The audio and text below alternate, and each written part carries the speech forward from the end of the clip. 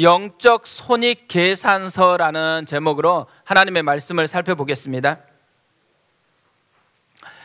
교회 오빠라는 다큐 영화가 있습니다.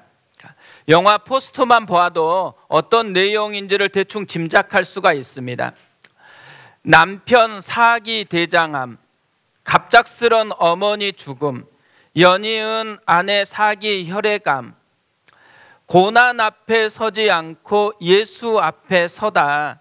그러니까 현대판 욥으로 알려진 이관희 집사의 투병 이야기를 담은 영화입니다.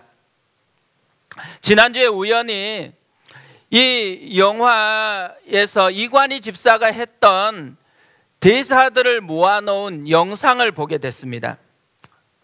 이 대사들 하나하나가 굉장히 마음을 울리는 것입니다. 그래서 함께 좀 보고 설교를 하려고 합니다. 같이 영상을 함께 보겠습니다.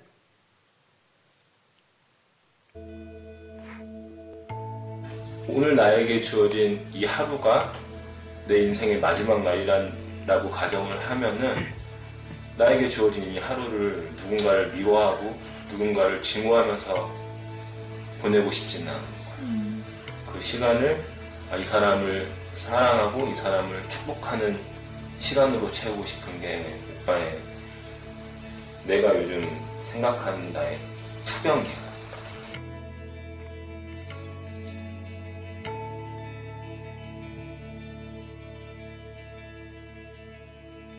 오빠 요즘 기도 제목이 내 안에 나는 죽고 오직 예수님만 사는 삶.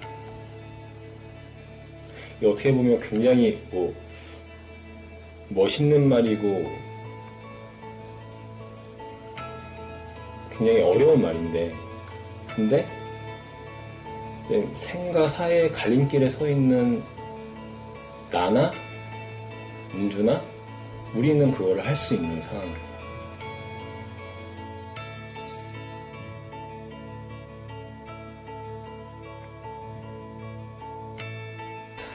있어주는 거, 소연이 옆에 살아 있어주는 거.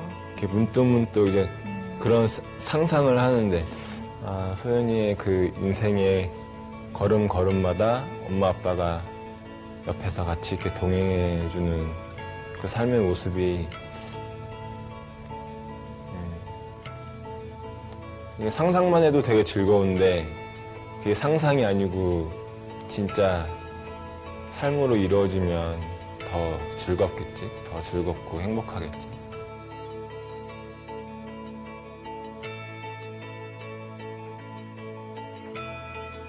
저도 그럴 때마다 하나님께 서운한 마음이 들 때는 있는데, 그때마다 하나님을 원망하지 않는 법이, 저는 나만의 손익계산서를 쓰거든요.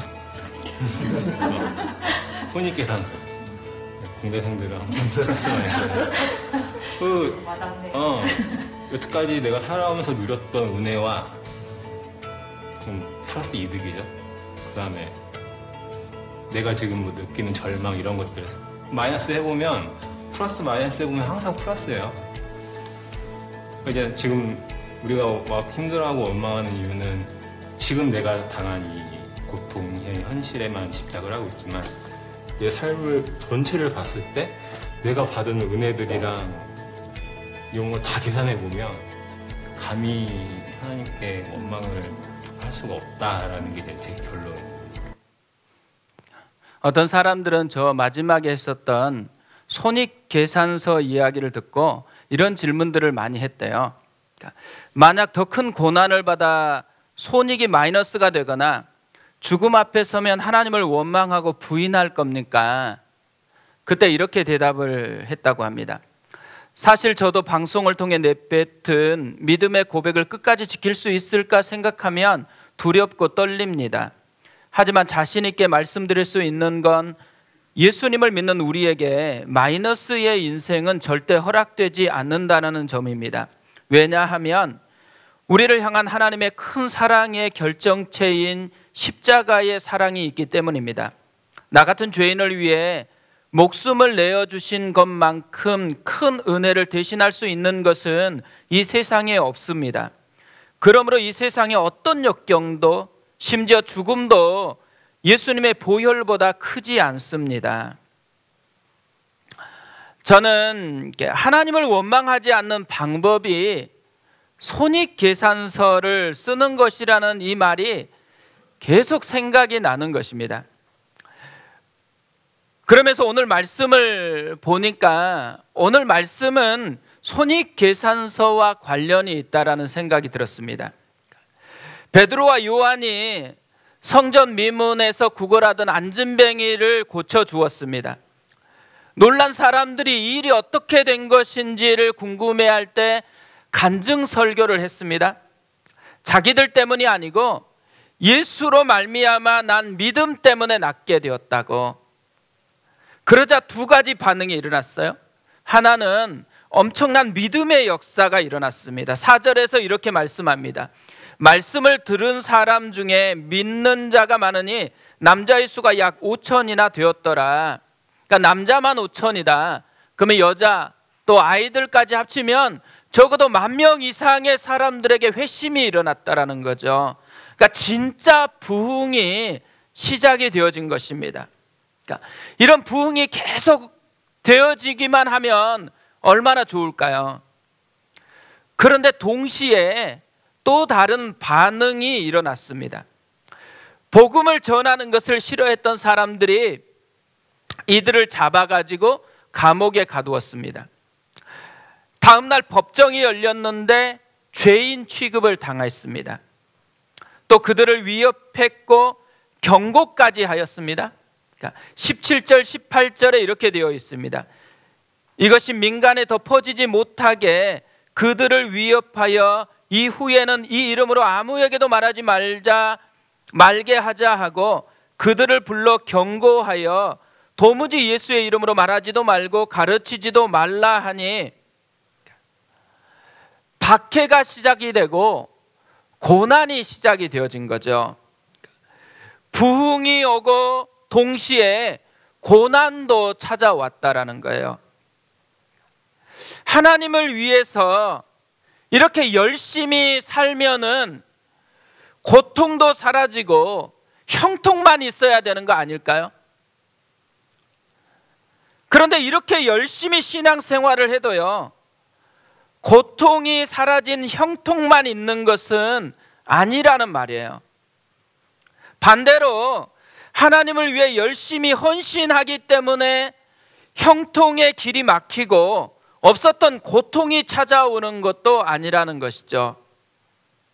로마서 8장 17절에서는 이렇게 말씀을 합니다. 자녀이면 또한 상속자, 곧 하나님의 상속자요 그리스도와 함께한 상속자니 우리가 그와 함께 영광을 받기 위하여 고난도 함께 받아야 할 것이니라. 신앙은 고난 없는 영광만 있는 것도 아니고 영광 없는 고난만 있는 것도 아니라는 거죠. 형통도 있고 고통도 있는 것, 이것이 이상한 것이 아니고 정상적인 그리스도인의 모습이라는 것이죠. 그렇기 때문에 우리의 삶에 반드시 필요한 것이 바로 영적 손익계산서라는 것입니다. 세상의 계산기로 두드리면요, 힘들 때는 전부 고통뿐이라고 느껴져요. 하지만 영적인 계산기로 두드려 보면은 우리도 분명히 이 이관희 집사처럼 주를 위해 사는 것이 마이너스가 아니고 플러스 인생이다라는 것을 발견하게 되어진다라는 거죠. 제자들을 다시 생각해 보세요. 지금 제자들이 한 것은 예수님의 이름으로 병자를 고쳐주고 그 이름을 증거한 것밖에 없어요. 그러니까 다 착한 일이잖아요. 그런데 칭찬뿐 아니라 더 큰 구박이 찾아왔다라는 거죠. 교회에서 열심히 봉사를 했는데 칭찬은커녕 계속 구박만 당한다. 아마 엄청 서운하고 삐져서 이제 다시는 내가 봉사하나 봐라, 이런 마음을 품기 쉬워요. 그런데 오늘 이 제자들의 모습을 보세요. 놀랍게 반응을 합니다. 서운함으로 충만한 거 아니에요. 분노로 충만했다고 하지 않아요. 성령이 충만했다고 해요. 그래서 더욱 담대하게 예수님을 증거했습니다. 이 모습을 보고 13절에 이렇게 이야기합니다. 그들이 베드로와 요한이 담대하게 말함을 보고 그들을 본래 학문 없는 범인으로 알았다가 이상히 여기며 또 전에 예수와 함께 있던 줄도 알고 이상히 여기고 있다라는 거죠. 그러니까 저는 이걸 보면서요, 제자들이 했던 기적보다 더 놀라운 것은 이런 제자들의 태도요 반응이라는 생각이 들었습니다. 어떻게 제자들이 이렇게 지금 위협을 받고 있는 이 속에서 이게 가능할까요? 저는 영적 손익 계산서를 쓰고 있기 때문이라고 생각해요. 이들은 세상적인 계산기를 두드린 게 아니고 영적인 계산기를 두드리고 있다라는 거죠. 오늘 저는 말씀을 묵상하면서요, 이들이 두드렸던 영적 계산기에 독특한 특징이 있다라는 생각이 들었습니다. 그것을 오늘 좀 살펴보려고 하는데요. 먼저 이들이 가진 영적 계산기에는 하나님 앞에서라는 버튼이 있다라는 거예요. 지금 베드로와 요한이 서 있는 자리는 사내들인 공회입니다. 이 사내들인 공회는 예수님을 십자가에 못 박게 하는 사형 결정을 맨 처음 내렸던 곳입니다. 5절부터 보면 이렇게 되어 있습니다. 이튿날 관리들과 장로들과 서기관들이 예루살렘에 모였는데 대제사장 안나스와 가야바와 요한과 알렉산더와 및 대제사장의 문중이 다 참여하여, 그러니까 공회를 소집한 사람이 누군지를 소개하고 있어요. 이들은 예수님의 사형 결정을 내렸던 바로 그 사람들입니다. 이 사람들이 지금 베드로와 요한을 잡아서 더 이상 예수의 이름으로 전파하지 말라라는 것이죠. 그러면서 겁박을 주고 있는 거예요. 이때 베드로와 요한은 이렇게 담대하게 선포합니다. 19절을 보세요. 우리 같이 한번 19절을 함께 읽어보겠습니다. 같이 읽습니다.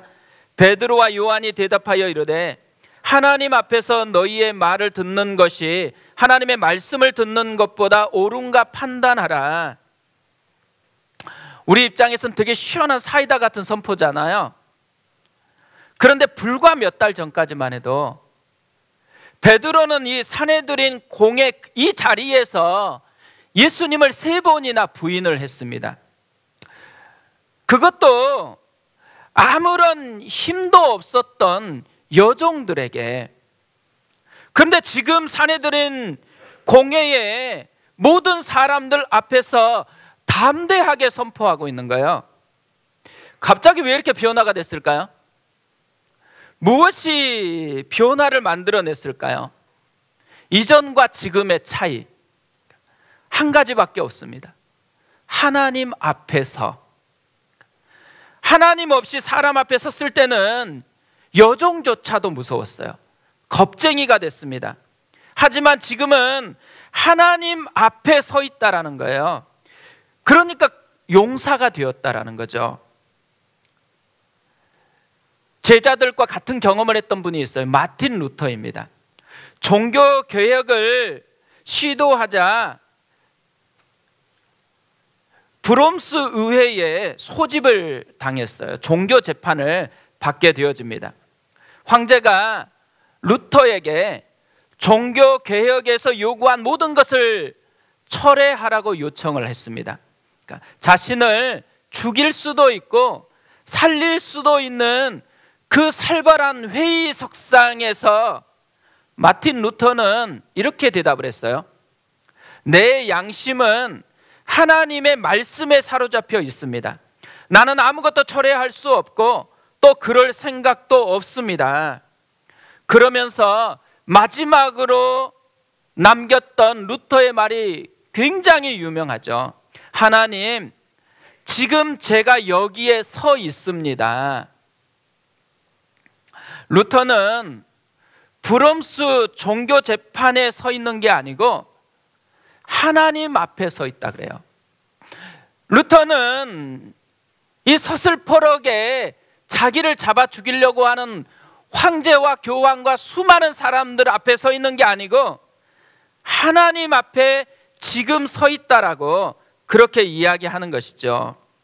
세상의 모든 황제보다도 더 크신 하나님 앞에 서 있다라는 것을 알게 되어졌을 때 두려움이 용기로 바뀌어졌다라는 것입니다. 계산기로요,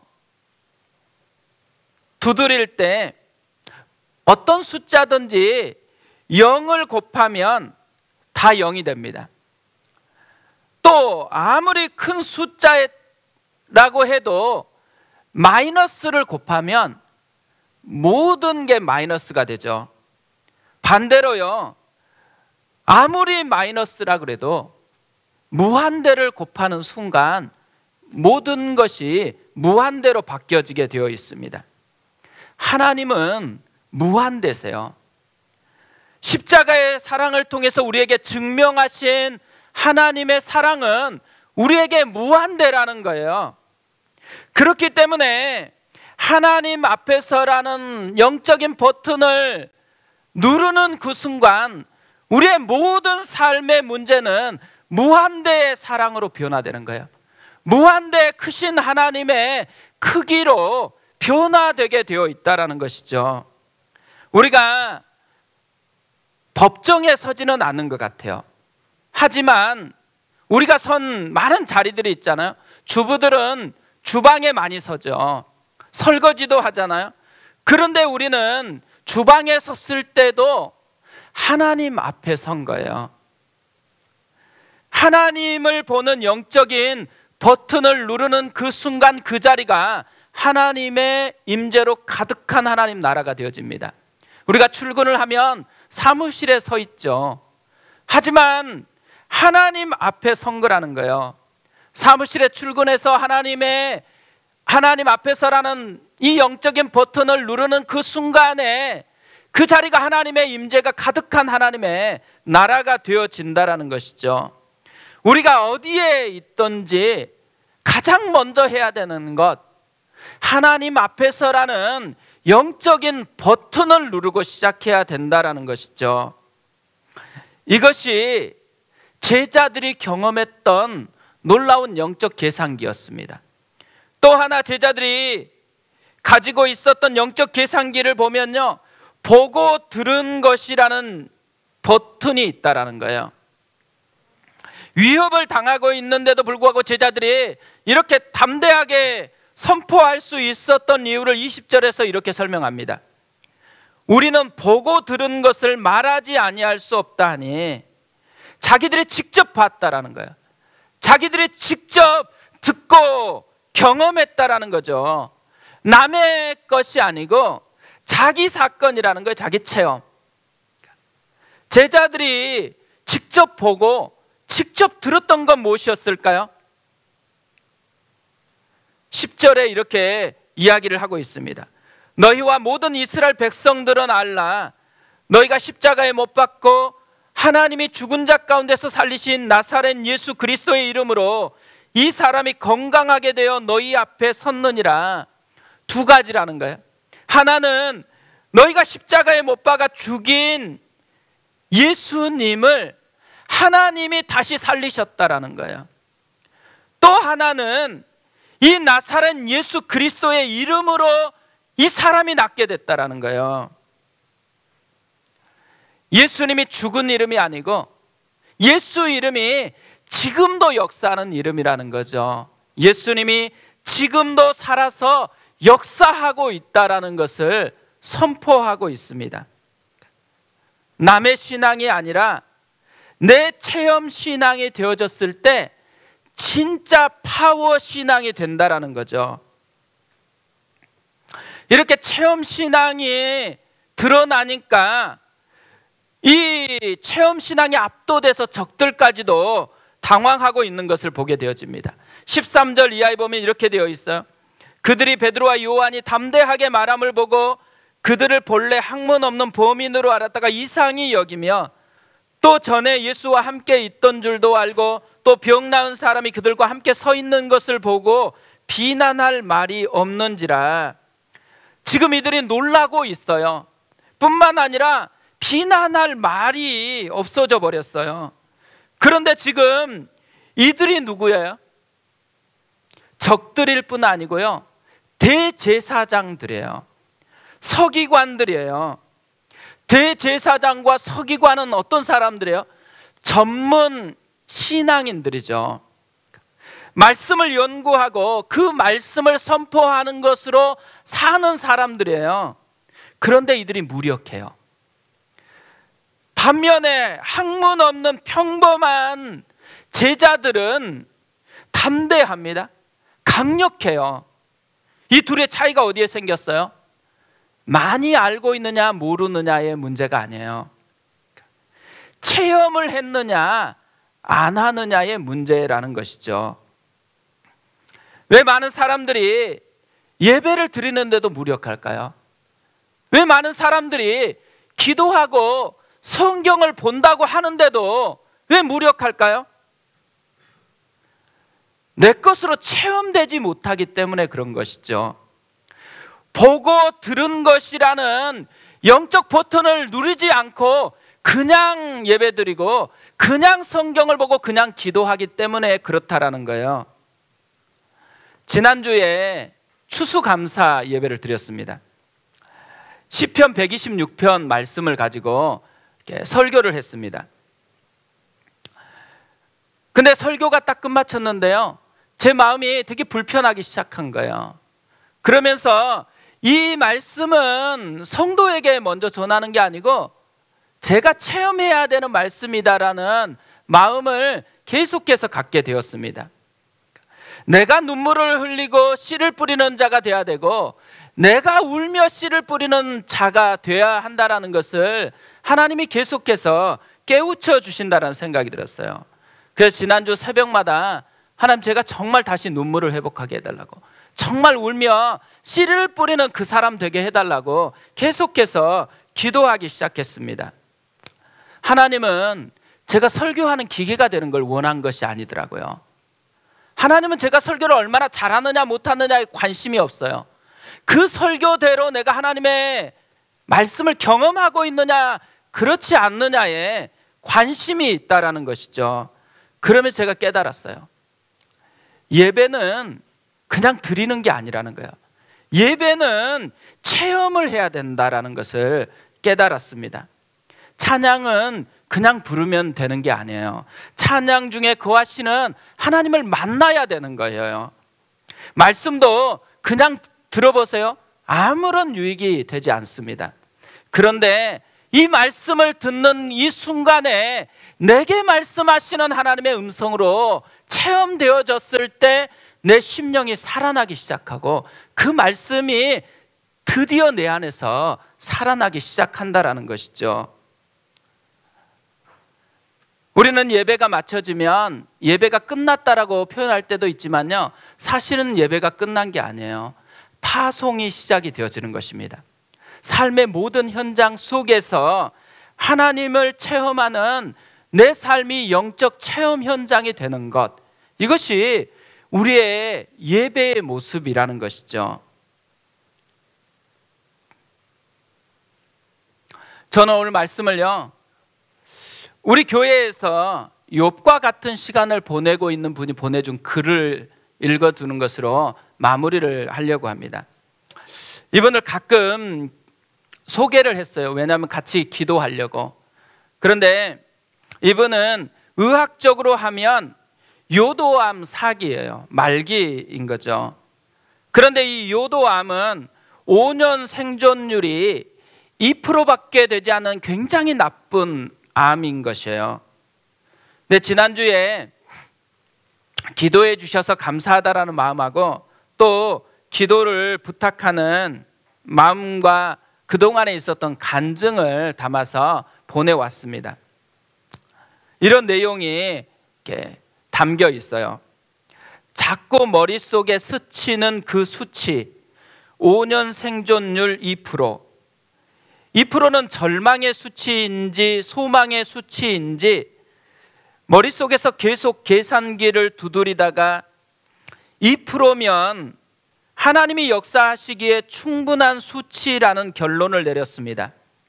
소망이 절망을 이기는 순간이었습니다. 그러자 다시 하나님에 대한 기대감이 생기기 시작했습니다. 생각해 보건대 수술 후 지금까지 내게 온 고난의 크기보다 하나님의 위로, 그 은혜의 크기가 훨씬 더 컸음을 알게 되었습니다.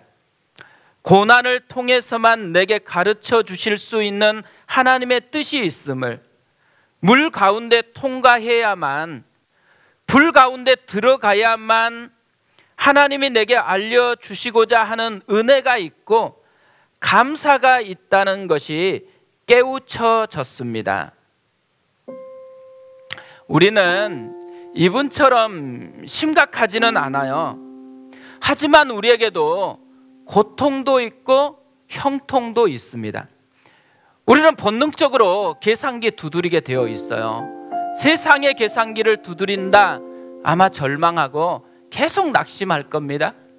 그런데 영적인 계산기를 두드린다, 그러면 우리 고통보다 훨씬 풍성하신 하나님의 은혜가 있다는 것을 발견하고 누리게 되어질 것입니다. 이 영적인 계산기에는요, 두 가지 버튼이 있다는 걸 살펴봤습니다.